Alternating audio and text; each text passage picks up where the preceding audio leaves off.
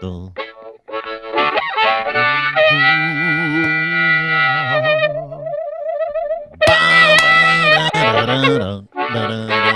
Hi, everybody. Welcome back. Nice to see you today. It is Tuesday.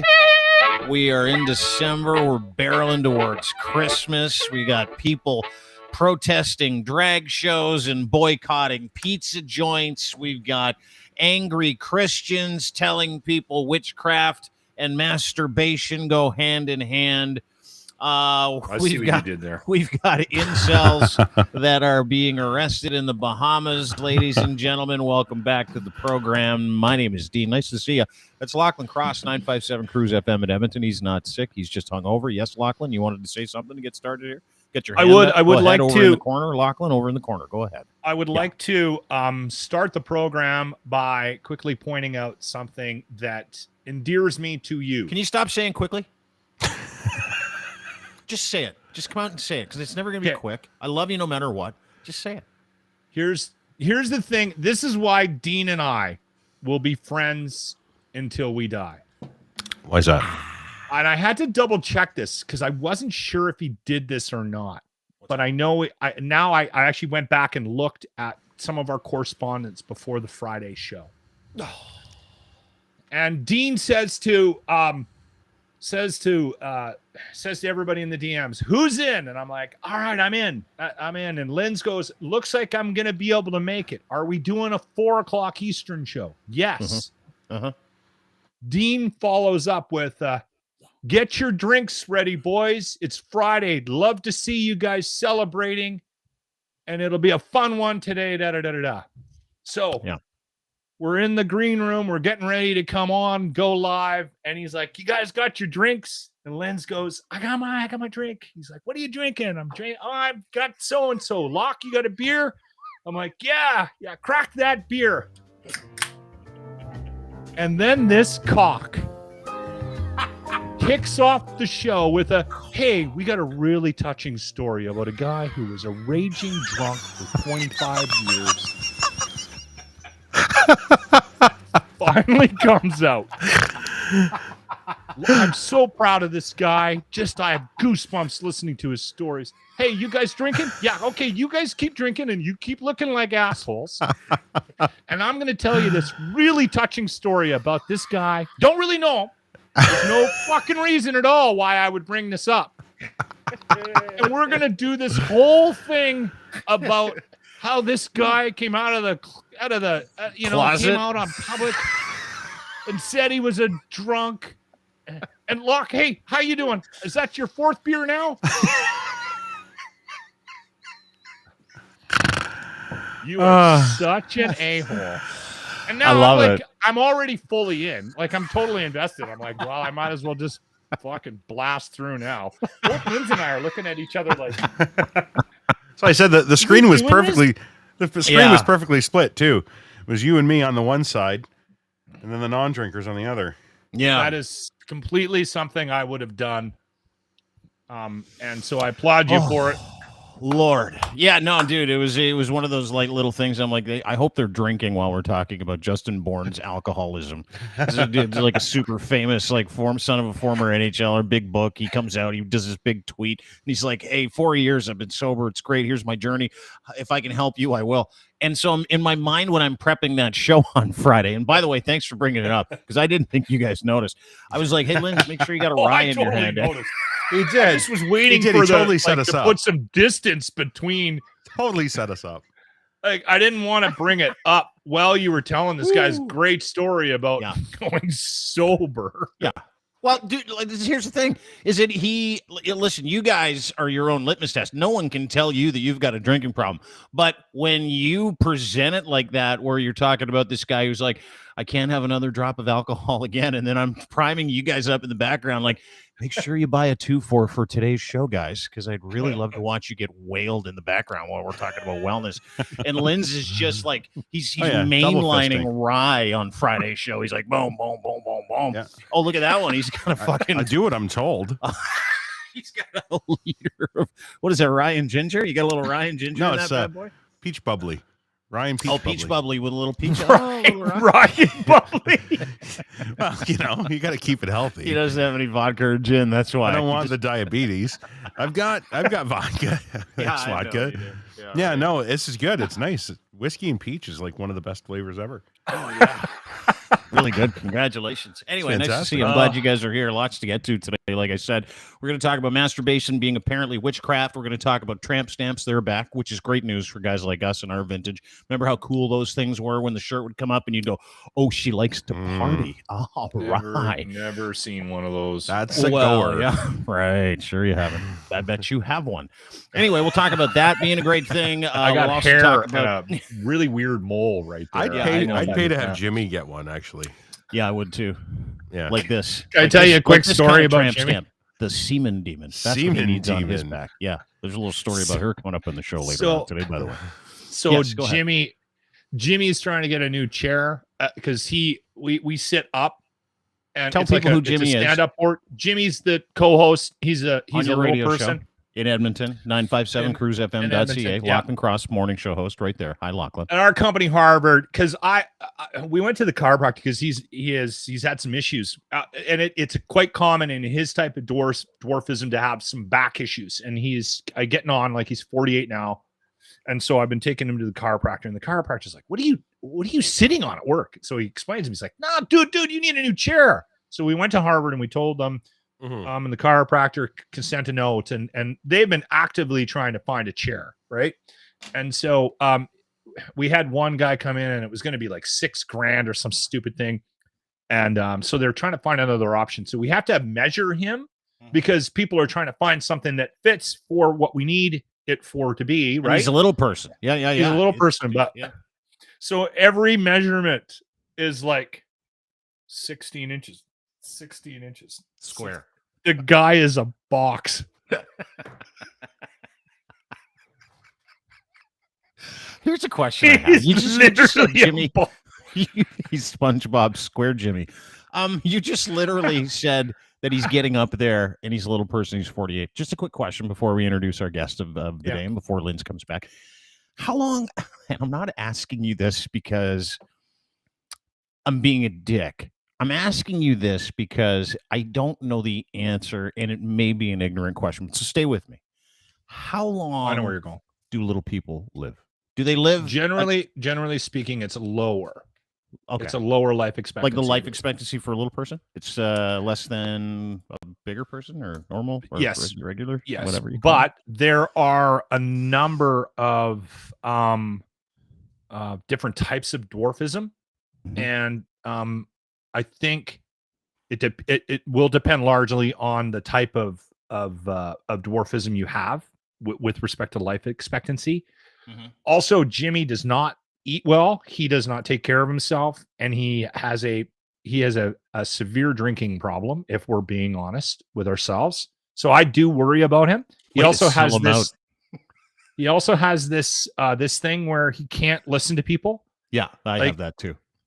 Well, no, this is bad though. He's got it's bad. Like he got this from his father. I've told you about his father who passed oppositional defiance syndrome. Yeah, wasn't his dad the guy that went to his grave without ever putting his seatbelt on because it was an affront to his freedoms. Yeah, okay, yeah. Like literally in 2018, he drove himself to the hospital and wouldn't wear his fucking seatbelt. Because it was like, you're not telling me what to do. So Jimmy has that. So when we say, I got to be careful, because if I say something like, dude, you got to go, like, you have to, what we do now is if we need him to do something, if we're worried about him, we get a woman to tell him, because he cannot say no to a woman. Yeah. So we'll get the front desk girl who he flirts with all the time. He's got a crush on her. We'll get her to come in and go, hey, tell him he's got to go to the doctor, please, when he gets in, like to get his shunt flushed. Like literally, like we've had to do that to get him to. I can't believe pay attention to himself. By the way, I just looked it up. Taking care of a 40-year-old midget, 48, like, literally 48-year-old little person. I looked it up. Life expectancy is the same. And everybody with dwarfism, everybody without, same. If you live a healthy life, same. No, he told difference. me it wasn't. He told me it was lower. Well, but maybe he's lying, little fucker. Maybe it's because because of the types of there is some types of dwarfisms that are very difficult on your body. Yeah. Like he's got buddies that because he was in the little person basketball team. So he traveled around Canada. And then they would play with the high school students and whatnot, and like a mini Harlem Globetrotters type thing, right? And they had a little show that they would do, and he did that for like 4 years or something. All those guys now are like they're in scooters, and a lot of them, like his buddy Pete in Ontario is pretty rough off, and there's a few of the guys from the little people from there that are doing really bad. It's hard on their joints.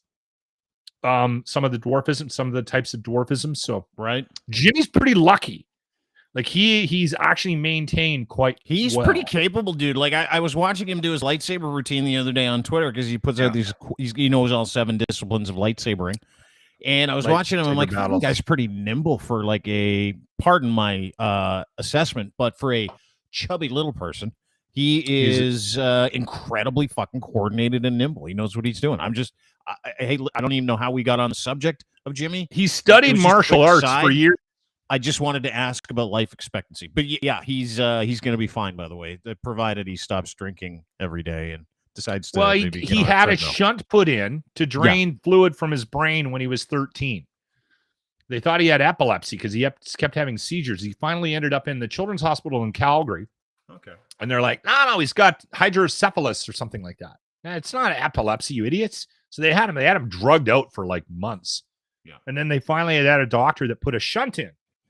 And it's been in since 1987 or something like that. And we did a search one day because we were like, you got to get an upgrade. We want to get a Bluetooth on it so we don't have to take speakers when we golf with them.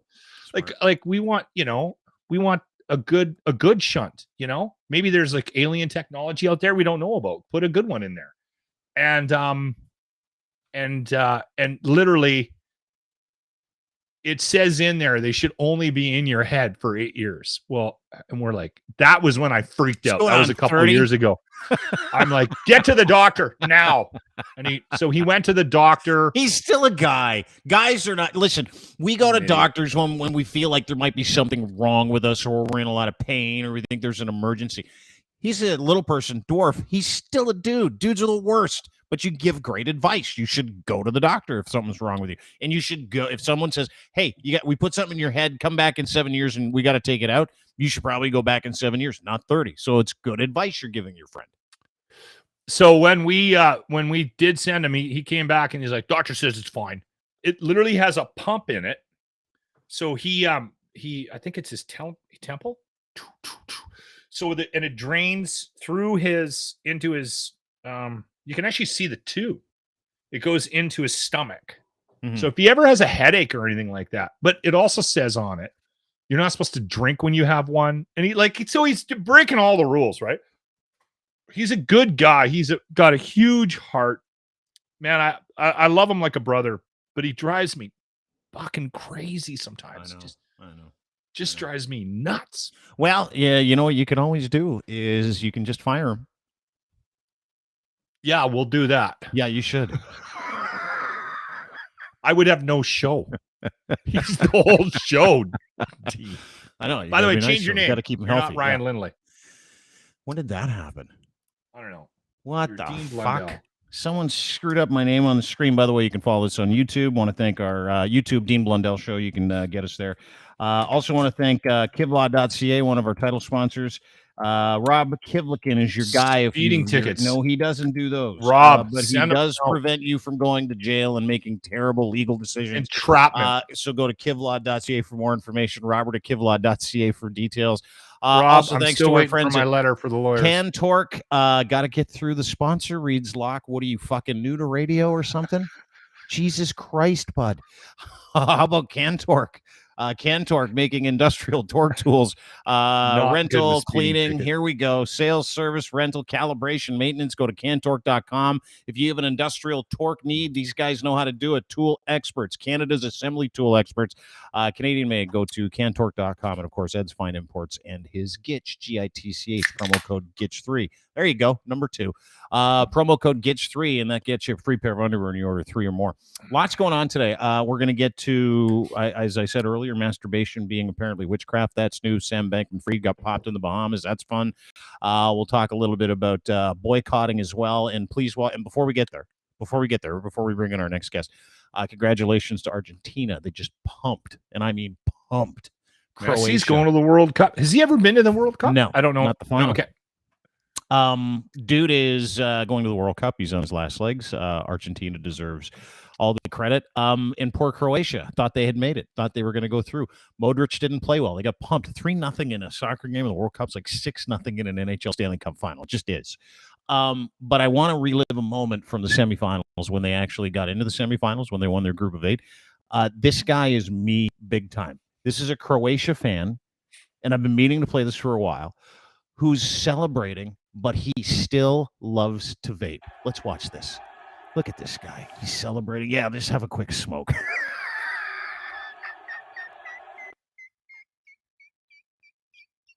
Happier days for the Croatian vapor. Look at that guy. It looks like he's about to cry. I know, but now he can vape all he wants. Anyway, look at that. That's when you know you're addicted. Eh? When your team wins a World Cup quarterfinal and you are in Qatar for it, and you're like, "This is great. Hang on, guys, I need to vape." Like that guy's. So, I love to vape, but that guy fucking lives to vape. When you vape, does it have an impact on your one knows your energy? No, not really. No one, not me. No one knows. Vaping hasn't been around long enough, but they're starting to clamp down on the vaping, which is a shame, even though it's not, because I probably should quit. But vaping is so fun. It's just, I don't know what it is. There are a lot of people that run around with these vapes, and I used to be really hard on them going, "Oh, you're really cool. You smoke something that's got a light on the end and you blow fake clouds up. If you're going to smoke, smoke." Right? It's the same thing with people that used to, like, seriously, if you're going to fucking smoke. That's what I used to think.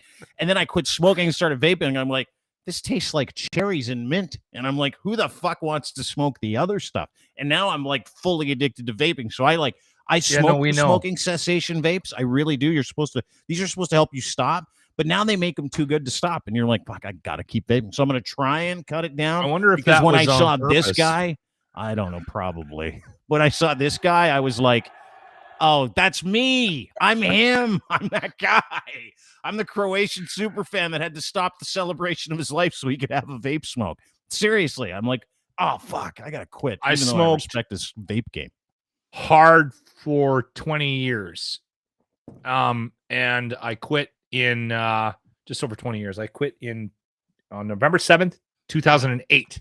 Mm-hmm. And I was a pack and a half, 2-pack a day guy for quite a few years. The last 10 years. Should try this. It's a lot of fun.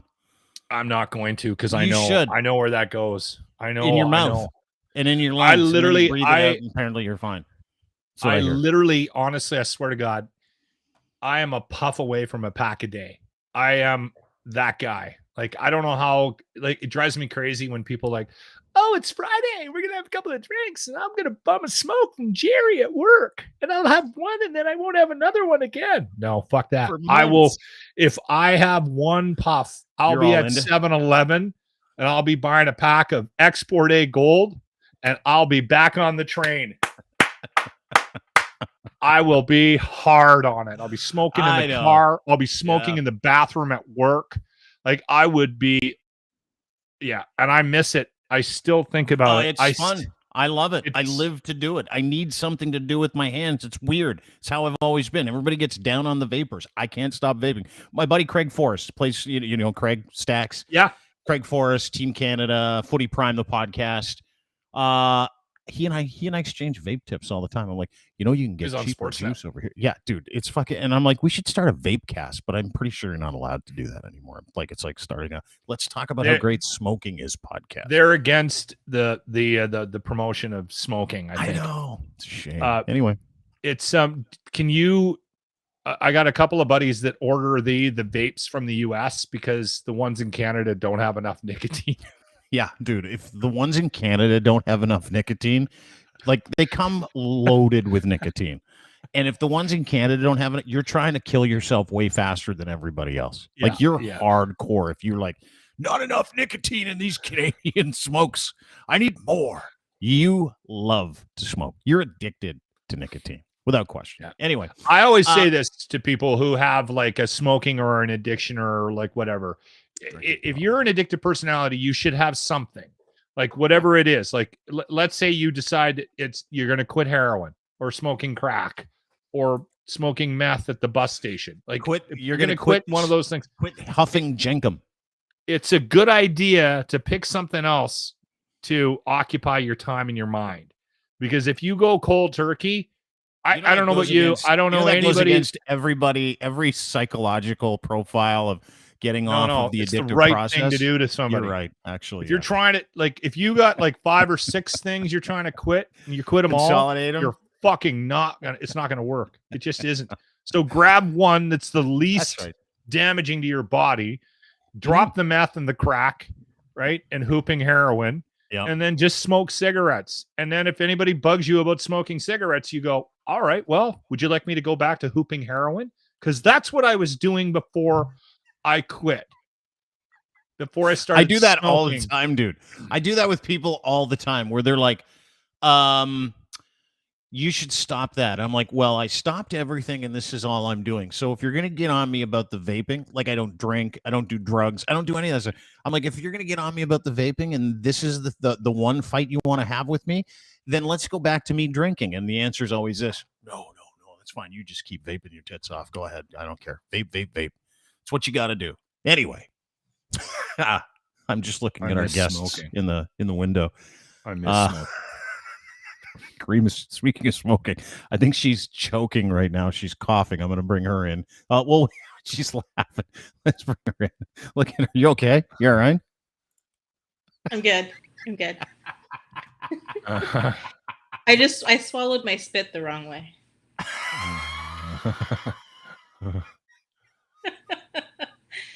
Nice to see you. Good to have you back. That was a good. Why are you trending again, Caryma? Why are you trending again? What's going on here?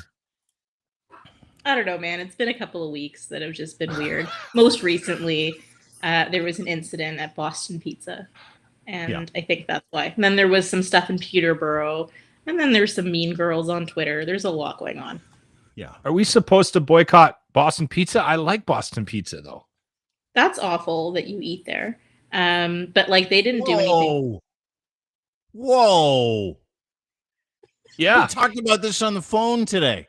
I know. We had a long conversation about Boston Pizza. Boston Brute? Yeah. The Boston Brute. It's Terrell's sandwich, but it is not good food. I mean, like, with all due respect, and kudos for them for not caving into pressure from the mob, but the food is not good. Well, agree to disagree, and we'll get to that little nugget that you just dropped. My favorite pizza is the Boston Pizza in about pierogi 10 minutes. Pizza. Without question. Have you not seen it? Oh, you and Dean would share that or get your own. Yeah, this is it right here. I wouldn't is the pierogi pizza from Boston Pizza. That thing is so good. Dude, there it is right there. Top right, spicy pierogi pizza, sour cream, bacon, cactus, cut potatoes, pizza, mozzarella, cheddar, green onions, and a dollop of fucking sour cream on the top of that bad boy. And they're cactus chips. Have you had those? Yes, they're delicious. With that spicy dip? Yes, and the Thai chicken bites. Yes, which is why Caryma, Thai chicken bites today. Yeah, they're incredible. I want to talk to you. I had the Thai chicken bites. They weren't that good. But anyway, sorry, we'll carry on. What are you talking about? You clearly didn't eat at the What best. happened to you? You ate at a terrible Boston Pizza. It's one of the best restaurants in the world. It's not, but it's a franchise. It's the same everywhere. I know it is, but sometimes they have bad owners in certain cities. Hamilton, I would imagine. He was a nice guy. Was it the owner? Was the owner at the Boston Pizza? Because your last weekend, you did back to what Lachlan said. Last weekend, why were you trending? You were trending for a couple of reasons. We'll get to a couple of them today. One of them was that you went down to Hamilton to cover a drag show that was happening at a Boston Pizza on Sunday. Was it Sunday or Saturday? This was Sunday, yes. Sunday, the Lord's Day, must have really upset the Jesus freakos. But anyway, I digress. They should have all been at church. I don't know what they were doing outside the Boston Pizza. Clearly not paying attention to their Lord and Savior who says you have to be in church on the Sabbath. So there's a sin. Boom. They're going to hell. Unforgivable sin. Way to go, jerks. But I want to play the video because you were at a Boston Pizza. You went down to cover this. I don't know on a daily basis. Caryma's her own business person, her own brand. We just work well together. So I didn't know you were doing this until my feed started to fill up again. Every weekend you go and do something and everybody's like, what are you going to do about her doing that? And I'm like, fuck, she's her own person. She can do whatever she wants. And by the way, what I'll do is support her. But lay the tracks here if you can about where you went and what the deal was, and then we'll get to the videos and we'll talk about it. Okay, so this was in Hamilton. More recently, the so-called freedom movement that I follow, they've had a fixation on drag shows and events of that nature. And Really? so there was it's not totally out of the blue. This has been a running theme. The idea of gender identity making them uncomfortable, like that has been present at the early outset. But since now there are no real mandates to protest, they've shifted their focus elsewhere. And this is the cause du jour. So there was a brunch scheduled at Boston Pizza. Crystal Quartz, I believe, was the performer's name. And the intention originally was for them to buy tickets, be inside, and then disrupt the show. Presumably Boston Pizza got wind of this, so there were tickets that were refunded or just entry that was not permitted. And side note, I almost got kicked out of Boston Pizza as well because my name made it to this list. But anyway, fast forward. You're shit talking Boston Pizza. That's why. Yeah, that's right. It was Jim Treliving, the guy from Dragon's Den that owns Boston Pizza. He's like, she doesn't like the Thai chicken bites. She's not allowed in. He was like us. It's like, how can you not like the pierogi pizza? Yeah, she's got no taste buds. Kick her out. No, dude, you remember when Caryma got popped in Hamilton by Doug Ford when she got arrested by Doug Ford for going to an event that she was invited to by Doug Ford? You remember that? Because she wrote some like cartoons that he didn't like, and he was like political persecution at its finest. Do you remember that? She's still on the Hamilton police watch list. So she shows up to this thing, and the cops are like, what did they say to you? They say you got to leave Hamilton? They try and kick you out of the city? No, I wasn't banned from the city, but we had sat at the table, and then a few minutes later, security, who I misidentified as Boston Pizza security, I think that they were with the show. But anyway, they came up and were like, "We're gonna have to respectfully ask you to leave." And I was stunned. And there was a bit of a back and forth, and eventually, I was able to persuade them that I was not a threat to the show. And later learned that a list was provided to them by Hamilton police. So, it could be a case of they saw my post and misconstrued what my intention was at the event. Yeah. Or I'm blacklisted in Hamilton. Well, you are a bit of a shit disturber. Yeah. I just show up, Lachlan. I don't intend to cause problems. And the show actually did go off. I can't say without a hitch, because I learned that there were 2 or 3 other performers who dropped out because of concerns for their safety or pressure. So it wasn't, I think, the show that they had intended to put on, but it was just, was it like a burlesque thing, Caryma? Yeah, I'll play it for you. This is a clip from that show, the drag show at Boston Pizza, which was scheduled, which the owner said, yeah, come on in, let's do a show. And then I want to get to what a drag show is for everybody. I think people are under the impression that guys come in there dressed like women and then take their pants off and start shoving their junk in people's faces. It's not the case. Let's watch this together, shall we? There we go. Fabulous. Look at that. There's a little Caryma having a great time, shaking the shoulder, a little shimmy shake. People are cheering, having fun, a little entertainment over lunch. People are giving like 5ers and 10ers to these people, doing a nice job. little life. She's wearing a beautiful boa coat. What a dancer. That is a trans human being, beautiful person doing a wonderful job. Boston Pizza, all this support, so lovely from everybody. There she is. There's Caryma with the glasses. Yeah, that's right. She's right. Jacket. Look at it. You had the right jacket. Thank you. Yeah, you look great. So explain that was the show. Explain what a drag show is to anybody out there who may not have been one. I have been to a couple, and they're fun. Everyone's happy to be there. Everybody's enjoying themselves. But why don't you explain it real quick? Yeah, it was a musical performance, like a song and dance. I think that in this case, they weren't actually singing, but there were like fun costumes and just going around the room kind of performing for the tables. It wasn't a sexualized environment. And I understand that they're Boston Pizza. Yeah, it wasn't sort of what people made it out to be, which is a strip show or anything of that nature. It was exactly this. So quite benign and really misconstrued, misrepresented in the media. And so it resulted in a protest. What media? Outside. What media shit on it? Well, social media. I should say social media. Oh, okay. And there are social media. Yeah, same actors, same people, the same grifting assholes that hate. There she is singing her guts out. Look at this. Look at it. There you go. Look at that. That was sultry too. You've got a lip syncing career. If all of the other careers you have fall by the wayside, I don't see it happening. But you should be on TikTok big time with an attitude like that, miss. You should be on TikTok big time. Okay, so you go down there, you want to cover this whole thing. Now, the people that don't want this to happen are the same garden variety people that Caryma express. Say, listen, the fucking mandates are gone. You just want to go a place to shove your religion and your extreme views in people's faces. And this is the issue du jour for conservatives and evangelical fucking humdingers around this world that are like, what do we pivot to now? They're like, let's call trans people groomers and let's go attack them when they go and do shows and trying to educate people about trans individuals and trans love and trans life and people who love each other. There's nothing sexual, nothing weird, nothing gross about that whatsoever. This is going on outside, though. So you go down there. How many people showed up to protest? Because you had a couple people protesting. It wasn't just one side. You had another group of people supporting the drag show on the inside, correct?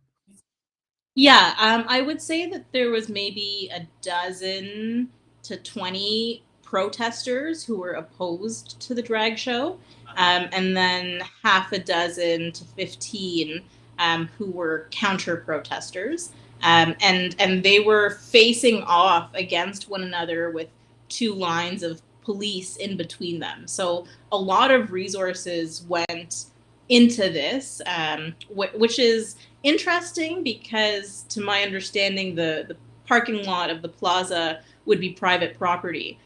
So, I'm aware that Hamilton police are very good at issuing trespass notices. I guess that, they were maybe concerned about being outnumbered. At one point, there were more cops than protesters, but maybe just to keep it sort of copacetic, they allowed this to happen. I don't know what the rationale was. And it was just totally divorced from what was happening inside the building. Like, it was bizarre in that sense. And they stayed there after even the show was over because they probably didn't know what was going on inside. So the whole thing was a bit silly. And it's miscommunication all around. It's people have presented drag shows like guys getting dressed up or usually men getting dressed up as women or trans people who are actresses, actors, performers. This is what they do. It's no different than a Michael Jackson impersonator, but it comes with a really personal attachment from what I understand. So they go out and they go and do this thing. None of it's sexual, but it's portrayed like it's trans men stripping and shoving their balls in diners' faces. That's legitimately the way the evangelical or the alt-right explains this pivot that they've made. This is what Caryma was talking about in the protest outside. Let's watch it. They're all being exposed. And by the way, if we can just point one thing out, the woman here screaming is my nightmare. This is my personal nightmare, is being attached to, waking up next to, having a conversation with any religious zealot who won't shut the fuck up about something they think other people should be doing. She is an absolute fucking creature. Let's watch it together, shall we? You're gonna feel when you're standing on that side of the line and this is exposed. Those who sign your paychecks, they're letting this happen. The funding that's coming from this is coming from those who are signing your paychecks. You need to decide what side of history you're going to be on. We learned it all. We're not talking about vaccines here. We're not talking about none of that. We are talking about protecting children's innocence. That is as mothers, as fathers. I'm pleading with you. We're not talking about just the children in these buildings. We're talking about the children of this country. Look what's happening to them. Start to look it up. And then decide next time when they call you to stand on this line, if you're going to call in sick or you're going to protect these people. Do your research and make up your own mind. Don't listen to me. Smartest thing you've said all day is don't listen to me. Your words hold no weight here. You hold no weight here. No weight. Go back to the bar and leave the kids alone. Leave them alone.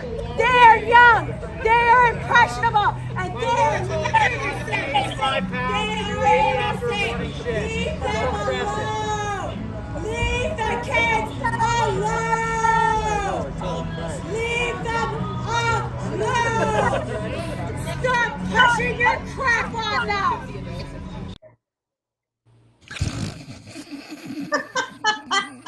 Can I tell a story about my upbringing? No. Oh boy. Yes. It ties in. Hang on. So my you mother- can. Just 1 second. Let me just quickly go back. Okay. The lady in the fake Uggs, by the way, okay, she is telling those people that the kids in there, none of whom know each other, are being assaulted. We watched what happened in there. Caryma, you were there for the whole thing. No one got assaulted. No one got sexualized. Nobody got perverted. It was a fun sing-along dance show, wasn't it? Something you'd see at an all-inclusive vacation with your kids. None of those people can afford all-inclusive vacations, by the way. None of them. Because they spend all their money on holding the line. beer and holding the line and smokes. Locke, go ahead. Sorry to butt. Oversized fuck Trudeau flags, which, doesn't Are really not jive. cheap. So No, they're I don't know why I know that. Okay. So I grew up with a single mom, and she raised us on a hairdresser's salary. And my mom hung out with and had friends of a variety of statures in life, like all over the map, right? You can just imagine. One of my earliest memories is they used to get tickets to go see the Rocky Horror Picture Show every Halloween. And so my mother would take us to it was either our place or somebody's place, and we would be immersed in this gathering of just eclectic, wild people getting ready to go dress up and get ready to go to the Rocky Horror Picture Show. And I think, you know what? I think because I was sort of introduced to that at a very young age, I realized, man, there's a lot of really different people in the world. And my mom ended up marrying a hippie, and we don't need to get into that. But I was exposed to some very, very unique stuff as a child, and personalities and people that just lived life at 10, right? And I feel bad for these people that seem to think that this is something other than what it is. Like it's actually kind of sad. It really is. I see that group of people and I'm like, you are so fucking entrenched dumb in your ideology of what the world should be. You think it should be for everybody else? Yeah. Yeah. Yeah. And just imagine if we tried to tell them that they couldn't be exposed to their religion because religion was damaging to their kids. Which it is, by the way. Much more damaging than watching a man dress as a woman dance around and bring joy to a room full of people eating fucking pizza. And you know what? I was surrounded by that my whole life. That's why you're normal. I didn't grow up. No one groomed me. Nope. Me neither. Right? The only thing that I escaped was religion. Yeah. Right? And you're Thank normal. God. That's why you're normal. Yeah. I'm telling you. Yeah. Yeah. And I'm not normal. I'm the furthest thing from normal. But no, you're fucking dude. You are a million times more normal than anybody that showed up at a Boston Pizza to protest and argue for their Lord and Savior Jesus Christ, to shove their values, their podunk Christian hillbilly fucking values, into the faces of people trying to enjoy lunch. They're having a fucking snack. They're eating a fucking pierogi pizza. And there's entertainment for them. Good. The Pierogi restaurant pizza's was still good, nice Caryma. enough. It's goddamn delicious, So Caryma. It good. bothers me that you don't like it. Gotta In dip fact, it in the sour cream. I don't even know if I want to work with you anymore. I don't trust someone that doesn't like the pierogi pizza. Sour cream does not belong on pizza. I'm sorry. Anyway, I'm sorry. I've never had the pierogi pizza, but well, if you did, you'd never, ever talk. I say the same thing about vegans when I'm like, why are you vegan? They're like, because it's terrible. Meat's terrible. I'm like, you clearly have never had KFC. Because if you did, you'd never be vegan. So I feel the same way about the pierogi pizza. Yeah, it's the best. That'll turn a vegan. Yeah, big time. Anyway, do you get that part of this though, Caryma? Like, it's the I'm gonna take what I think is right for me, and I'm going to be violent about it for you, to tell you this is a better way of life. Did you see anything there from these fucking hillbillies that was a better way to live? I didn't. Let's watch another video. This is you actually walking out of the restaurant, showing people what's going on. More of the same, friends.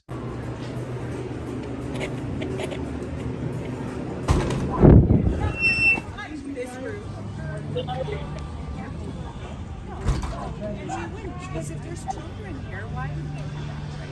If there's children here, even yelling, I don't. Yeah, exactly. Like they've done a peace presence. They had to walk through all of You talk about being divorced from reality. What was going on in the inside? You can hear music happening on the inside. Everybody's having a good time. And then you go outside, and it's literally like two lines of cops protecting people on one side from people on the other, while everybody inside's going, hey, can you pass the Thai chili chicken bites, please?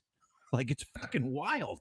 And this made front page news to the point where, if I'm not mistaken, Caryma, It was trending all weekend. All week. Like, after your videos started to make the rounds, it started to trend to the point where I put out a tweet. I said, I just ordered, which I did last night, 2 pierogi pizzas from Boston Pizza, just because religious twats hate drag shows and started this boycott Boston Pizza hashtag. Oh, I'm having Boston Pizza tonight. More drag shows, fewer hillbillies, ban religious rednecks. Now, let me show you what that brought, by the way. That brought this religious guy named TR6 guy. Canada, he's like, it's time to boycott at its Dean Blundell.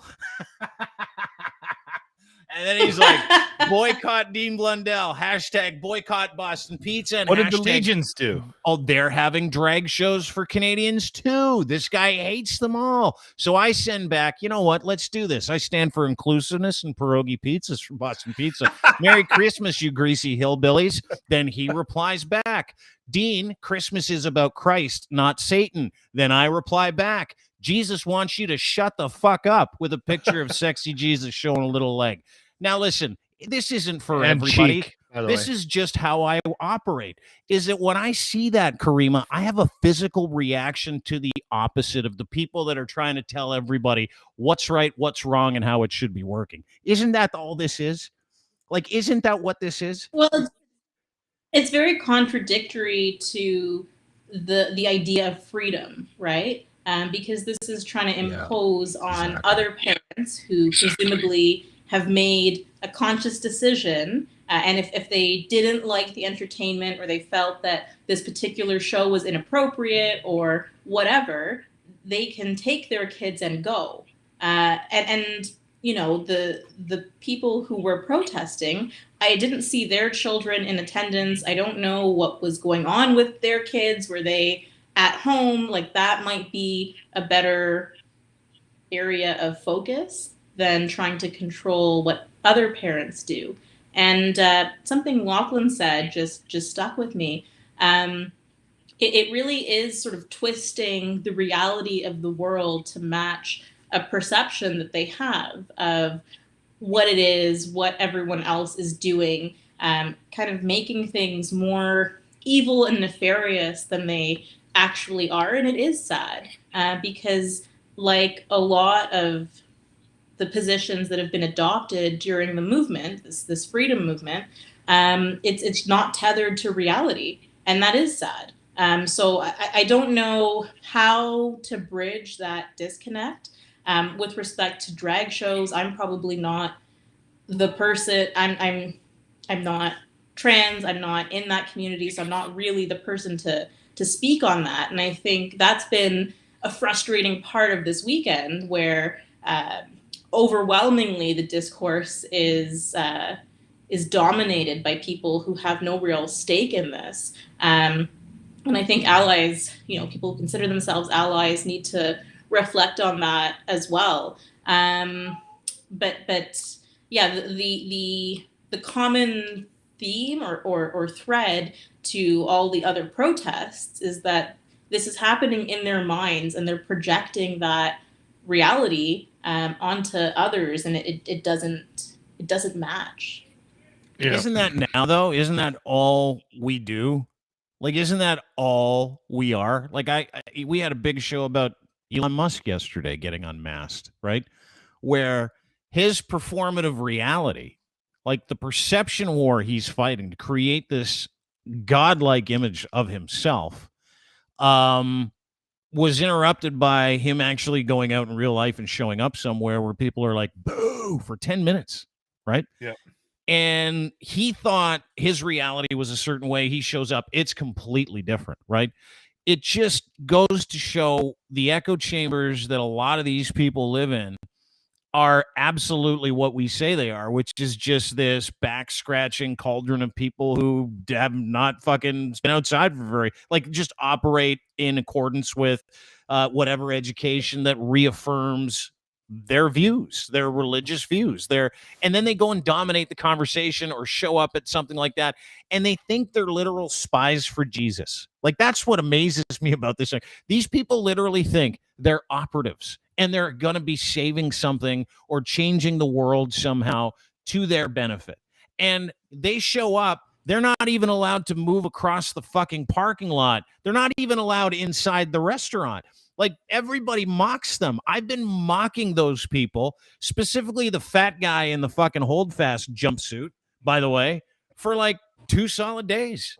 And the rest of the world is doing it. Then they go, hey, you know what we're going to do? We're going to fucking boycott Boston Pizza. Well, you know what the last 2 days have been like for Boston Pizza? Outstanding. Because of the goodwill that they're creating by allowing that to happen in their establishment, where a trans individual goes in and entertains people much like an impersonator does. And that's all that is. There's nothing sexual about it. But they're outside, to what Lachlan said and to what you said, telling everybody what's going on inside is satanic. It's sexual. There's probably a wolf blanket like you'd see at a strip joint, and a pole, and someone shoving fivers in a G-string. Like, they literally are telling people that, and none of it's real. None of it. So when everybody's like, oh, fuck, let's talk about the trans thing. What's that? They are relying on clips where, there is, and it's like a handful of clips that I've seen circulated over and over again, where, I think that it's not appropriate. Like, children at strip But events. did it happen at a Boston Pizza? They find weird, like, it happens sometimes, right? But that's not what was happening here. And so it's just a lack of research, maybe, or just extrapolating sort of from the worst possible example and assuming it's all the same. So it's just people. That's the frustrating part. Caryma, it's just people thinking that they have the answers and that people need to follow them, and that arrogance is, it's prevalent in not just the religious community, but I mean it's also projected on to us from other groups and organizations as well. And I hope we can get to a point at some stage in our existence where, listen, I don't believe in religion, and that's why I don't go to church. But I would never tell somebody not to go to church. I would never tell somebody not to believe in something. I would. I don't go to drag shows, not because I don't want to, just because it's not on my radar, right?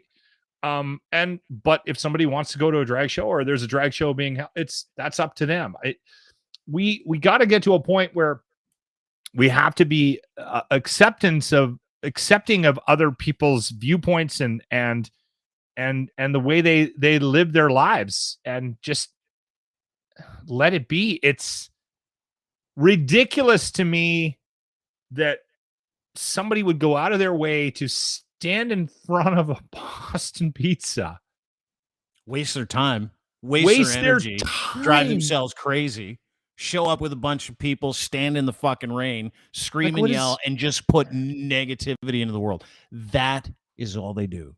They do it for two reasons. One, they believe they're on a mission from the Christ, and two, they're incredibly fucking dumb. To believe in a religion that makes you do that give up your fucking life experience, because that's what that is. Giving up your life experience. They believe the Christ is telling them to do that. They believe Look Jesus Christ is angry they are. That is Look that how angry religion. they are. But that's that religion. Like, that is that religion. Like they tell you they peace and love and dope and all the other shit. It's a lie. It's all a lie. It's the most duplicitous religion out of every fucking man-made religion in the world. Every one of them. And how do I know that? Because I used to be one. I was brought up in that shit. This stuff smells to me. Dude, have you guys seen the Masturbation is Witchcraft video? Caryma, you don't have to stay for this if you don't want. You need to pull out, punch out. What's that, Caryma? Can't hear you. No audio. We lost her. Did we lose you? We got no audio? Linz is back. You there, Linz? Yeah, I'm here. Okay, hear me? fuck. I can hear you. Yeah, you sound great. You sound like $1 million bucks. No audio. Why did we lose Caryma? I don't know. Pop out, pop back in. You want to try that? We didn't do anything, Caryma. We swear to God. Yeah, we appreciate and value your input, Caryma. Anyway, while she goes out, Let's have you guys start right out. Hey, what happened? Oh, it's back. I love it. Have you guys seen the video of the chick who's like a Masturbation is Witchcraft? Have you seen this girl? She's pure smoke. 23-year-old Sierra Scribner is her name. This is her. Yeah. Very attractive woman. 23-year-old influencer, Christian influencer from the United States, Tennessee, I believe. Do we got you? Yeah, I'm here. I saw this on like the list, on the bullet points of what you're covering, and I don't know what the witchcraft masturbation thing is, and I don't know if I. Well, you are in for a treat. This just straight up, I don't know. I have never met or seen another woman that or individual for that matter that should be masturbating more than this individual. That's right. She is very pent up. Yeah, she absolutely is. But this is, and do you guys remember the story I told you a while ago about when my dad, I'm like in the 6th grade, he's like, come to the anti-masturbation show with me. I'm like, what is that? And he's like, don't worry about it. Just get in the fucking car. So we go to church. We watch this 2-hour movie on Dr. James Dobson, Focus on the Family Cult, talking about how if you masturbate, and I'm 12, my brother's 14. If you masturbate, Jesus leaves your body and the devil goes in through the wiener. And I'm like, that can't be fucking true. Yeah. Nowhere to lie. It's like giving over your lust to the devil. It's just giving into the devil. It's like one of the worst things you could do. And back then, this is like when they caught Ted Bundy and they like fried him. Do you remember this? And back then, that was the excuse that every single church service talked about when they're like, "Hey, don't masturbate." You know what happens? You turn into Ted Bundy. Wow. Do you know why they made? Did you know why they made cornflakes and graham crackers? Yeah, that's right. Apparently, it was to stop kids from masturbating. Graham and crackers. I ate bowls and bowls of cornflakes. Me too. I don't do any baking. I do a lot of cooking, but I don't do much baking. The only baking I do is with graham cracker crust for a fucking reason. Yeah, big time. Anyway, this influencer, there are things called Christian influencers. While we're on the subject of the cult, Christian influencers, and they're all over the States. There's one lady, she's got a couple 100,000 followers on TikTok. Her name is Sierra Scribner. She put this out there and was fucking roasted. Still is getting roasted. Are we going to play the whole thing? Because it's all 49. No, just 49 seconds of it. Doesn't matter. It's all you need. Let's watch it together, shall we? Right. Masturbation is a form of witchcraft. Not anyone is realizing that this is a demonic attack and it's a form of witchcraft. Masturbation is a form of control. You understand that you are literally controlling an orgasm. You're controlling your own pleasure. That is witchcraft. That is a curse that you begin to place over your own life that will then literally bleed into your future children's life. This means that this will become a generational curse that you started or that your parents started that will now go to the next generation. It's witchcraft. I cancel the assignment of wet dreams. I cancel the assignment of having orgasms in my dreams. I cancel the assignment of masturbation. I cancel the assignment of sexual immorality over my life. You got to bind the enemy. In the name of Jesus, we break all masturbation and witchcraft off your life. You see that? By the way, you guys can call me Gandalf.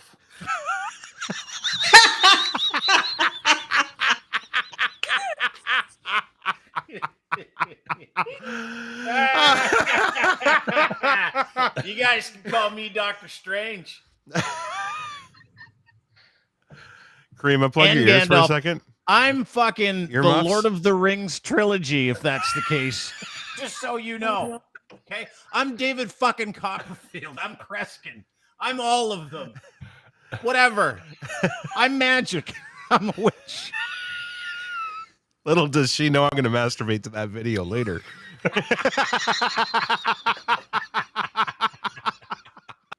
I don't know if I could, but I'm gonna try. Yeah, it'll be an angry one. Yeah, that's true. Hey, Caryma, you glad you stayed? I should have asked before the show started. I should have asked in advance. You should have. You should have. In retrospect. She's, by the way, she's for real. She believes that. This is what they teach you in Christian schools. This is what they teach you in evangelical born again churches.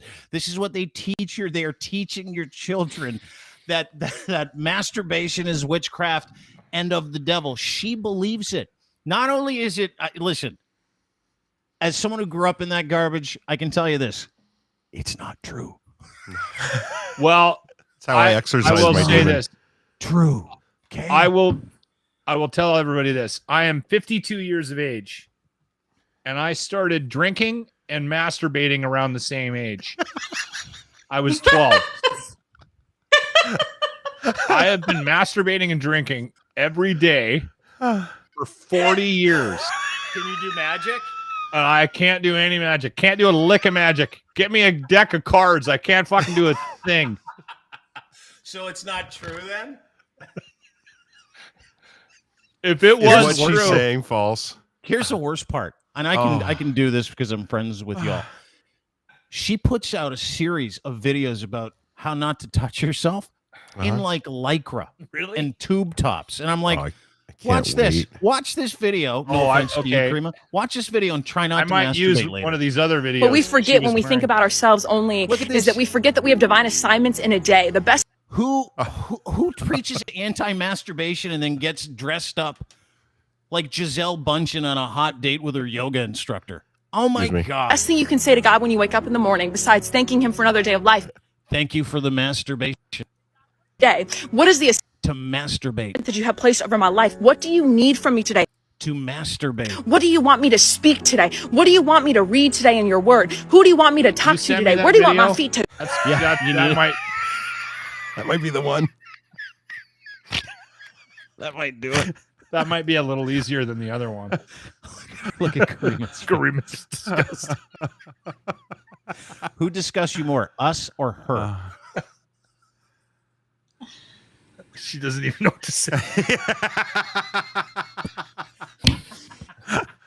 Show another one.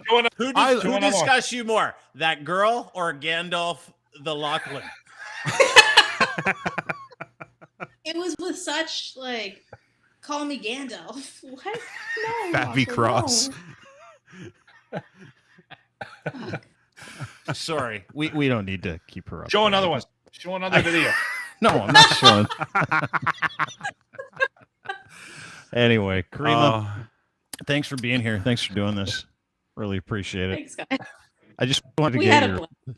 We did have fun, didn't we? And we explained drag shows. We always have fun. If this ends up being a law society complaint, I'm gonna be upset. Okay. I think you're good. I think most of it was us. Yeah, it was all. And I'm not a lawyer. Yeah. And plus we have your negative reaction that you can just send to them. That's right. It's true. Disapproving stares. Yeah. Okay, guys. Talk to you soon, buddy. All right. See you later. There you go. I had to let her go because I'm like, I this can is gonna see get worse. Costa is working on a meme. I couldn't put her legal work in jeopardy. I'm like, we gotta let her go. That chick is real. She literally thinks she is pure smoke, and she's telling everybody not to masturbate. If I look like that, I wouldn't stop masturbating. I would watch myself do it. I would enjoy it. I'd be like, everybody, look at this. people Look at over. me. Yeah, I'd get all kinds of outfits on. I'd get, People do that. get People invite negligees and groups stuff. over and they do it Yeah, together. Yeah, absolutely. Isn't that Circle what Louis jerk. C.K. was doing? Yeah, but he never asked. No, first. no, he was would supposed just to ask. He would just do it. His problem was he'd ask. But this chick is for real. This chick's for real. She's like, don't do it. It's terrible. She's so full of shit. Right? She looks really, really like. I know I'm judging somebody and I shouldn't be judging anybody because that's wrong. But she looks very, very wound up.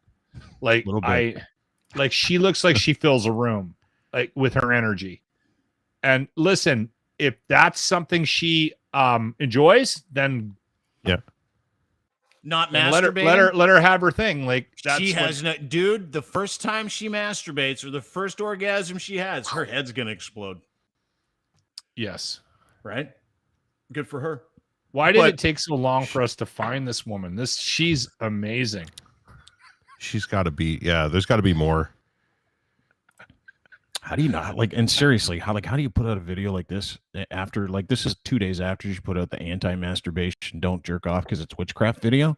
Then she puts out this thing in a tube top, and I'm like, well, now I have to masturbate. What we forget when we think about ourselves only is that we forget that we have divine assignments in it. I'm pretty sure that's why she did it. Divine assignment. No one knows. No one knows. Divine assignment is whatever she says. Who cares? Divine assignment, masturbating. That's what divine assignments are. If you haven't masturbated like this woman hasn't. I played that for Jimmy today, that whole thing. We played the 3-minute version of her talking about masturbating as witchcraft. Yeah. And because Jimmy has admitted to us that he wanks it about 3, 4, or 5 times a day. Yeah. A day. It's a lot. A day? A day. Holy shit. If I'm lucky, I can squeeze in 2. I can get 2 sessions in. But I mean, that's a you sometimes that's pretty good for masturbate 65 twice a day at 64. I'm That's not not 64. I'm 52. 52. Usually Okay, 52. it's No, I'm daily. being serious. You Even still, sure it's masturbate daily. more than you do it daily, and you do it sometimes twice a day. Sometimes I'll get a second Still? one in. Yeah. Wow. That is impressive. That is impressive. That must be the yoga. I've been on a pretty strong Regimen routine for. So we were admitting this on the radio Solid show a couple of years schedule. ago, and I'm like, I don't rigid. like in a week, 2-3 days a week, maybe if I'm lucky, I'll get 2 in. But I'm a daily guy, right? Wow. And Grant's like, yeah, I'm about a daily guy too. Sometimes I'll miss a day. He admitted that, and then Jimmy's like, yeah, no, I'm usually 3, sometimes 4, and if I can 5. And we're like, what? Something with that shunt. Did That he shunt say that is really too? doing So, something. when I he have says audio. that- I will send it to you. Oh, you fucking have to. And when he was legit. He was Was he- legit Oh my admitting. god. Yeah, but after he admitted it, God- did it get quiet in the room? Because you know how that happens, right? Where like you have a group guys, everybody's shooting the shit. You're like, yeah, this one time I did this, and this one time I did that, and then some gets real quiet, and the guy feels real brave in that moment. And he's like, yeah, I love sticking dildos up my ass while I choke myself with a belt, and the whole room goes like this. What? I've got a couple of stories. Like What? Actually, you know those times? Like I live for those moments. Like if you wanted to ask me the hardest I laugh love those every single time, uncomfortable and moments. it doesn't happen, dude. It happened one time. This is a no word of a lie. So I used, and I won't say who it is. So I used to work at this radio station, a sports station in Toronto. We used to do a morning show there. It sucked. I fucking hated it. So we all go out for dinner, right? Yeah. It's like a team building thing. All the announcers from the sports station, and there's some Radio. legacy, really older guys very famous, very well known, and we're all out for dinner. Every day part, every announcer. It's like this table full of 20 fucking guys, a couple of girls, and it's awkward because the egos are through the fucking roof. Anyway, Yeah. as you start drinking and everybody's starting to have fun and everybody starts getting a little loose, we start talking about browser history, like just as a joke. Like, what would you pay if someone got your browser history to get it back? And one of the announcers, and I won't say who it was, is like, I watch a ton of gay porn just to see what it's all about. Not that I'm into it. So I'd pay big money. And again, crickets. Everybody's like,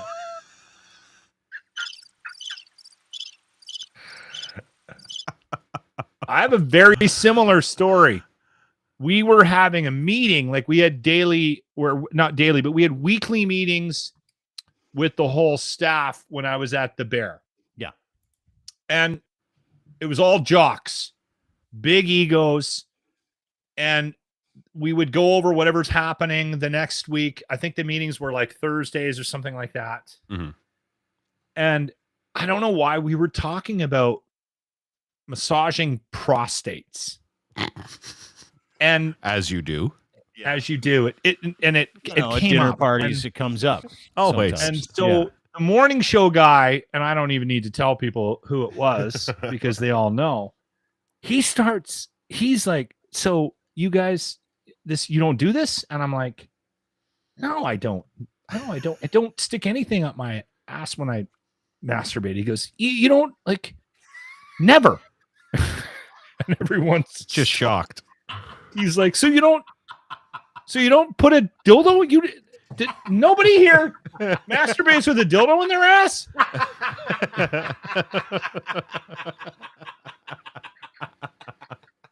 I swear. And he start getting up with their more drinks, shocked than us.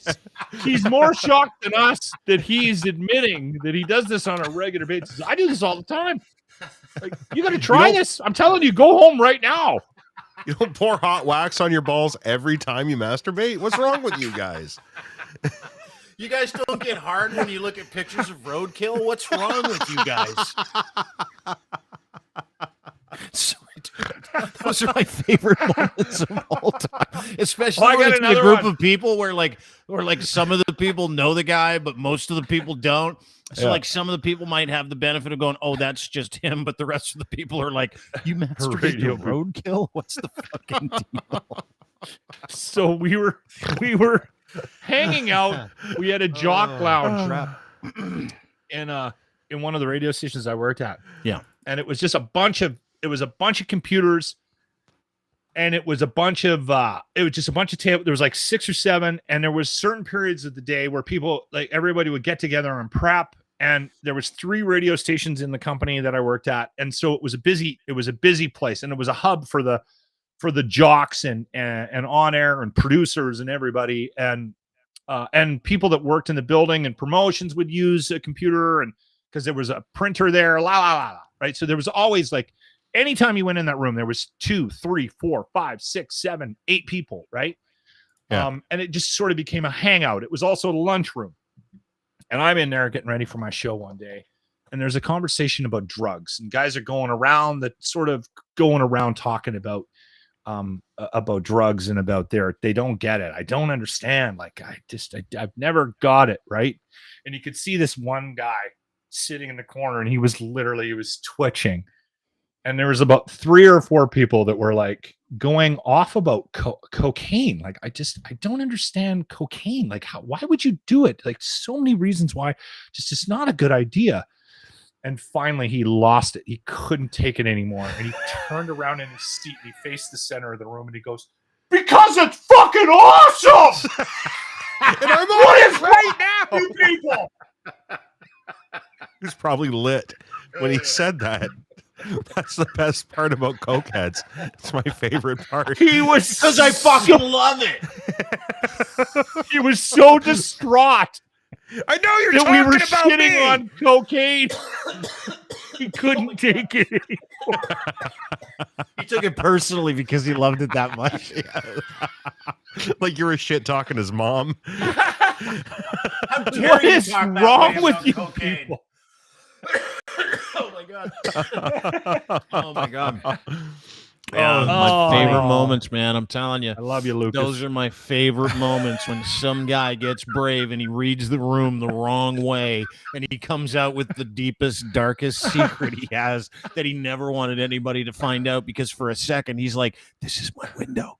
This is my first to normalize shoving things in my ass while I jerk off. This is my window to tell everybody how awesome cocaine is so they won't think I'm weird for doing it. That's the only reason why they say it. They're like, oh, this is my chance to test the waters to see if I'm weird. And they go ahead and say it, and everybody's like, that's fucking weird, dude. This kid was like, he was the setup guy for remotes. So back in the day, there was always remotes. Like every day, there was remotes. Remotes are like on location. So he was the guy that would go set up all the gear. And that was my first comment to him. I looked at him and I said, how do you afford it? You're making like $8 an hour. Who's buying the coke for you? How do you afford to do blow? You live in a house with 7 other people. You have a Ford Ranger from 1987 that your dad gave you when That's you how he turned can 16. afford to do blow because he lives with 7 other people and drives a car his dad bought for him 30 years ago. Pays You don't think $130 he's- a month. Yeah, dude. Every paycheck he gets, he's like, okay, car payments taken care of. Check. That's an 8-ball. This is taken care of. Check. Another 8-ball. That's how they do it. He There's your literally answer. shut his door with a coat hanger. Like he would. Well, because if you get it fixed, there's an 8-ball, right? Like you're not doing that. You're not spending that on insurance for a new vehicle or getting your car fixed. It's the same way guys like you and I look at a paycheck and go, funny. Food or alcohol. I pick food 9 times out of 10, right? If food, or in my case, it'd be cannabis. If someone said to me, got to pick between food or cannabis, I'd be like, food every time. It would suck, but food every time. What's your pick? Of course. Booze or food? Lock. And you got to give one up. Honestly, I had this moment the other day where I was at pick one the right Costco. now. Give one Hold up. on. Food or booze? Sophie's I choice. don't want to story. No, because it's Sophie's been story choice. time all day long. Sophie's choice. Booze. Is it booze? Booze. Okay, you'd give up booze before food? Wow. I Or actually you would here's pick booze here's instead of food. No. Just yes or no. What would you take? You'd pick booze? there's calories in beer. Yeah, I know. You could probably live for a little while longer if just. But okay, so you'd pick beer. Linz, food or booze? I'd find somewhere that had a deal on pitchers and wings. No, and I'd get both. Sophie's choice. Go ahead. It's food. It's obvious. It's food. Food's my first love. You'll be miserable with every. Oh meal, yeah, I would suck. It would totally suck. I was at Costco liquor store the other day, and now it's time for your story. My wife says to me, she goes, "Give them story time. The kids are coming. Yeah, we'll give them some stories. Get some liquor." And she has a list of all the liquor that I'm getting. So I'm putting like bottles of wine and we're gonna do your story tequila, time. right? There we go. Crank that up. Am I waiting for story? Yeah, it's Christmas story time music. A little smooth jazz. Go ahead.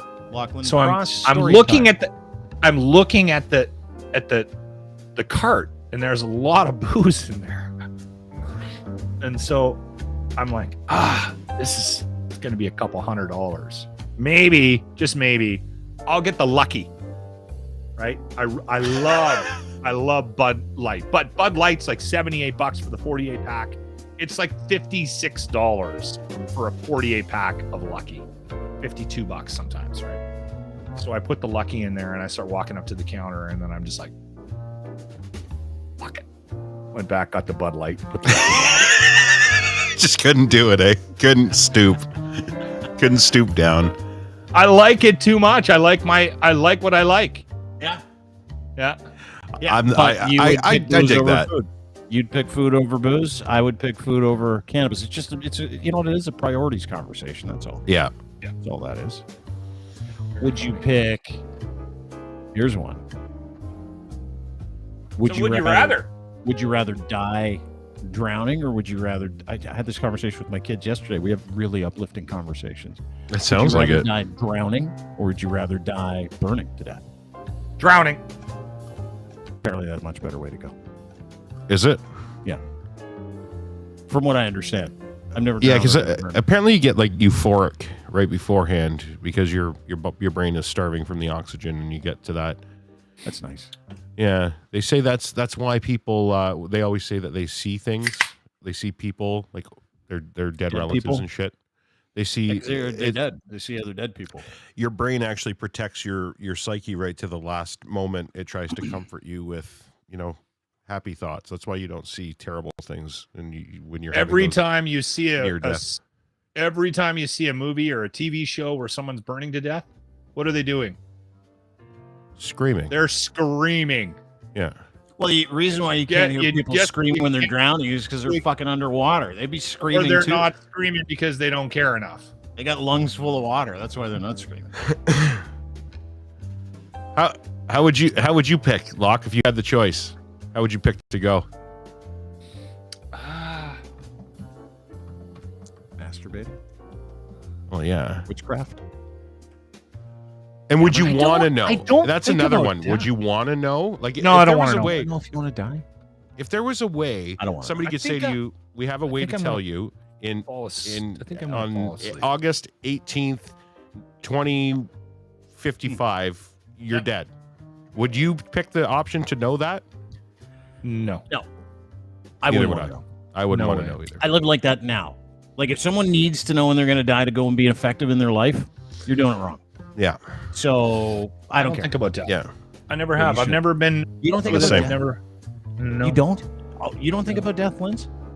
Do you remember last year? You guys have to start. You have to start. Literally a year ago. Worst advice ever. Just over a year ago, where I almost died. Yeah. Do you think about death? I was in and that was the thing. The people that were there, they were pulling crash carts into the room with me, wondering how I was still fucking standing, and they said, and I was cracking jokes. Did you say legs? Huh? Did I say what? Legs. They said, "How are you still standing?" You go, "Legs." Legs. Yeah, I missed the dad joke. No, seriously. I right up until the point where people were looking at, like, when you have a doctor, like somebody that's gone to school for 1,000 fucking years that knows, oh my God, this guy's in trouble, and they're staring at you, and I'm smiling and going, I don't, whatever, everything's fine. We'll be fine. That's why I'm here. If I was at home, I might be worried, but I'm here. You guys will do it. You do it. You do your job. I'm not scared of being sick. I'm not scared of. I don't know. I can't explain it. You need to start thinking about death, boys. And I'll tell you why. Oh, here we go. Another one. You got to shit in a glass, and how much should I get in it? Dosages? Get Get a drink. No, it's just fucking brilliant. Yeah, don't worry about getting a drink. What is the one thing every person on this planet shares? Anybody? They all die. Yeah, there you go. It's the only thing you know is going to happen. That's it. Yep. If you're not intimately familiar with the idea of what death is, I love this music. It's nice, eh? And you are having a tough life. And if you want to be a happier person, lean into it. Fucking learn about what happens. Learn about it and you got to be okay with it, which is what makes your life so much better. People will say to me, Dino, why are you so happy? I'm like, because I know all about death and I'm totally okay with it. And if everybody else felt the same way, you'd be going along your life really appreciating each day and each opportunity to make this life what it is, because you know one thing for sure that every person in this world knows: you're going to die. Yeah, well, isn't that what I did, though? Isn't that a good place I was in, though? While I was facing it, I was still cracking wise and having a nice time. I literally was not scared. You know, which I thought afterwards, that was fucking weird that I wasn't scared. Yeah. I should have been more scared. You think that your body protected you from being scared? I think my brain did. Maybe. I don't know. I think it was a coping mechanism, maybe, with the fact that you're faced with, like, I would hate to see what would happen if I was ever, like, held hostage. I'd get shot just for being a smartass. Yeah. You know what I mean? Just for opening my fucking stupid mouth. As you should. Shortly after I met my wife, in the early 90s, her dad got really sick. He had brain cancer and went from being this, like, wildly athletic, vibrant, like, just lived life to the fullest guy to just sick, couple surgeries, and then he sort of slipped away from us. And I remember the trips to the palliative care with my wife, my wife was in the room when he passed, and watching that process of somebody coming to terms with he was 47 when he passed away. He got brain cancer when he was 45. Watching that was very interesting to me, and I remember something about him. He used to say that he was going to die young. His thesis in university, he was a very smart man. He had a master's in psychology. He did a thesis on stress and the impact on it on your body. He had a very rough upbringing, very, very. We don't need to get into it, but I think that his upbringing also led to his lack of ability to deal with the stress in his life, and he was always seeking ways to alleviate stress. Very outdoorsy, like canoeing in the barren lakes. And, every summer that took the kid, there was a constant. Kids were like bike trips, camping trips. He was always seeking something to escape that stress in his life and that pressure that that was in his mind, I think. And I remember thinking to myself back then that I wasn't going to do that I wasn't going to let that mindset. I wasn't going to let that you mind. You weren't going to be afraid of death. Yeah. And it wasn't like he died afraid of it. He succumbed to it. Yeah, but he studied death. Like, obviously, as a psychologist, he kind of had a pretty decent understanding that that is a 100% certainty in everybody's life. That everybody says. And here's the other thing. This is why I'm not afraid of it, because it's just a meat sack, dude. There's something in here. Can't figure it out. There's some energy. It's going to go somewhere. The laws of the universe dictate that it has to. It's just fucking the way that organic matter works and the energy involved with each individual organic matter. I don't want to get too far into it because I don't want to have a big conversation with dying in the show. But I will say this, even though we're having a good conversation with dying, just from a game of would you rather.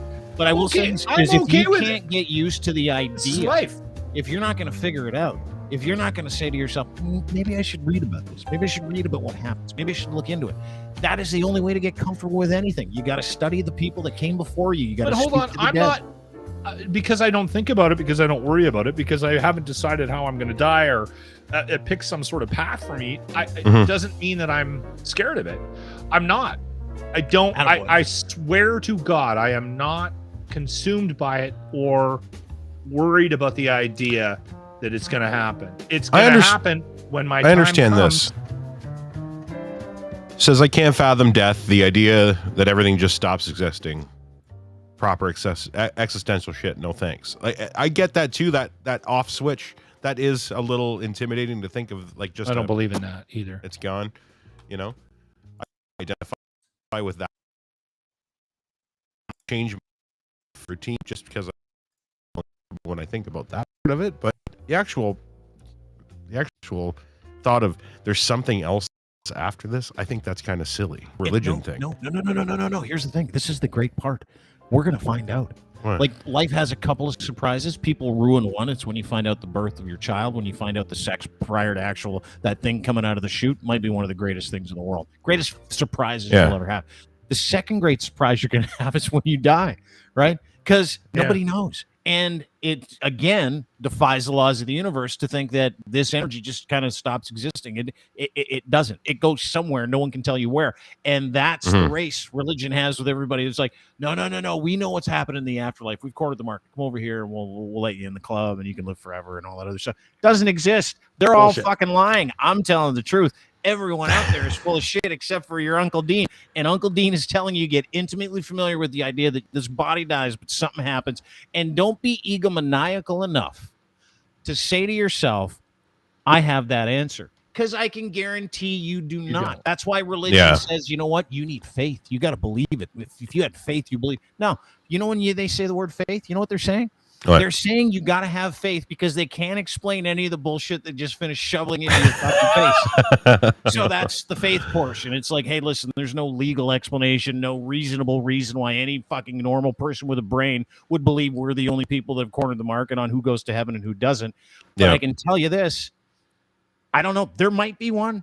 I highly doubt it, but something happens. We go somewhere. Something does happen. And here's the thing. Anybody that tells you what it is a liar. Liar. Yeah. Liar. But they've literally they've explained it through, like I said, through science when it comes to that. I had a near-death experience and I saw my grandma and I saw my old dog and I saw that it's all things that brought you comfort in life. Is your brain trying to ease you into the fact that it's dying? It's just dying. It's shutting down. It's like walking through an empty fucking bar at the end of a night and you're just shutting the lights off and all the lights are getting shut off. We had a great time, everybody. Remember that time we sang that song? Remember that time we ate those chicken wings? Remember that time? And you're shutting the lights off until you get through the front door. And that's what it is. And your brain is just trying to comfort you as you're exiting that door. Yeah. And then, but here's the great part. There might be something next. Right? Maybe. Sure. Yeah. That's one thing we can all be agnostic about. That one for sure. We should be. If you're not agnostic about that part, you're buying somebody else's bullshit. I like that. Yeah. I like that a lot. You should like that because it's the truth. If someone said to me, what happens when I die? I'm like, fuck, you go on the ground or you get burned to death. Like you're already dead. So don't worry about it. But nobody knows. That's the last great adventure. Gandalf said it. The guy who masturbated his way into Lord of the Rings. Gandalf. That's right.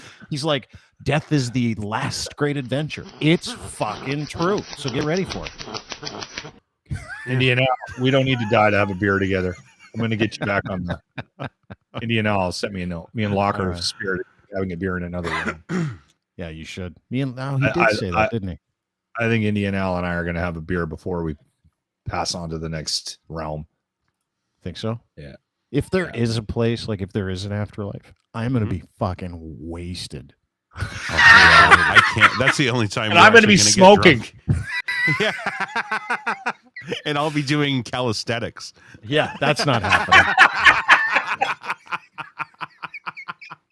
If we're talking about lies here, you fucking assholes. No, I would. If there's an afterlife and it's like, let's say you get there and it's like, hey, listen, all the things that you had to prevent yourself from doing on that fucking planet that we had you on for like 80 years, you can do them all here. I'd be like, okay, line up the meth. I want to try that. And then we're going to get hammered after that. And then I'm going to try a little heroin. Dude, that's what I would do. I want an afterlife where all the things that I actually discipline myself into freedom away from, I'm going to fucking try them. I'm going to be like, you know what? Let's try some of that butt hash I've been reading about and seeing on the internet. What is it called? Jenkum? It's where you take a dump in a jar and take a piss in a jar. You bury it for like 2 weeks and then you huff it and you get all high and crazy and it's free drugs. I'm like, let's try heavenly Jenkum. Have you not heard of Jenkum before? I have not heard of this. Yeah. Happens a lot in poorer communities, rural communities. People like to ferment their waste and then have a big whiff about 2 weeks later. And go, I've never heard of this. It's like a huff and glue, I guess.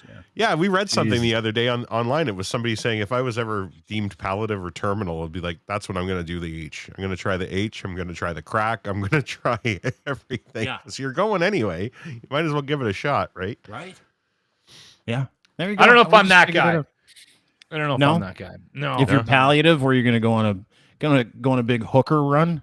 No, I've spent my whole life drunk. Like you're feeling good right now, and the doctor says to you, Lachlan, I put my finger in your bum, and it told me that you have 6 months.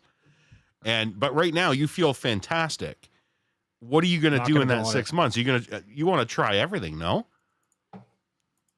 No. No. Think you'd be able to talk the missus into a 3-way if you had 6 months to go? Okay, well there. I was thinking drugs. Oh, not just drugs. I mean anything. Anything that Lachlan Cross of today would never do or have the chance to do. Would you not? The 3-way conversations come up a couple of times. It's not. I wouldn't recommend it. Like I bet you it's a 1-way conversation. It's not a good. Here's what I will tell people. It's not a good Sunday morning like breakfast conversation. No, probably not. You should probably have that with a couple of glasses of wine, maybe some music. You know, I brought it up at awkward times. Juice and eggs. No, but you have that conversation coming home from a party where someone was talking about it on the party. That's when you floated, where you're like, "Can you believe that? What do you think of that?" Right? And she's like, "I don't know," but you don't like when you're having granola. Yeah, I mean, it would take a lot of work, right, honey? That we have a little bit of extra time for, but I mean, you don't need to do any of that. I love you so much. I don't need to try sitting with her second cup of coffee, paying the bills, and Lachlan's like, "Hey, How about we set up a three-way, huh? Speaking of browser histories, did you see that broad next door? Good show, boys. Thanks for doing this. Great to see you both. That is Locked and Cross from 957 Cruise FM in Edmonton. That was a fun show today. That was a lot of fun. Lots of fun. I needed that. Thank you, guys. Yeah. I'm going to keep drinking. Attaboy. Keep it up. It's Tuesday. Why the fuck I might do that not? too. Actually, I feel good. I've got I got lots of board prep to do here. We got so many fun things in this thing now, Dean. Dude, he basically put the sound bites from my old radio show on this thing. Roll through a couple of them before we go. Ready? Let's take a trip down memory lane. Yeah. You know what the three most exciting sounds in the world are? Breakfast is served, lunch is served, dinner. No. The gurgle of a bong, the click of a switchblade, and the moan of a satisfied whore. Hey, what happened? What happened? Hey, what happened? What is it you can't face? Hi, this is Gilbert Gottfried. The following material on the Dean Blundell Show may contain content that will very likely gross you out, maybe make you sick. You might even vomit out of disgust. If you don't vomit, you'll probably dry heave, which is actually pretty funny to watch. You know what? I changed my mind. Turn the volume up and just listen. Isn't that nice, huh? That's just a few. And I cut the fucking calls off. Old Linz, you sneaky devil. I took all the tags off, and we're stealing everything because you know what? I don't know who these people are. You have an archive on YouTube of your old Edge shows that is chronological, that is full jam. The only thing it's missing is the actual plugs, like the actual like any sort of ads are gone. It's an incredible treasure trove of shit. It's amazing. Seriously, that's on YouTube. Everywhere. All of our shows. I've seen all of them. Everything. There's like 4,000 shows. Yeah, almost every single one of them I've been able to find. Like I say, in chronological order too, and in high def audio, stereo sound.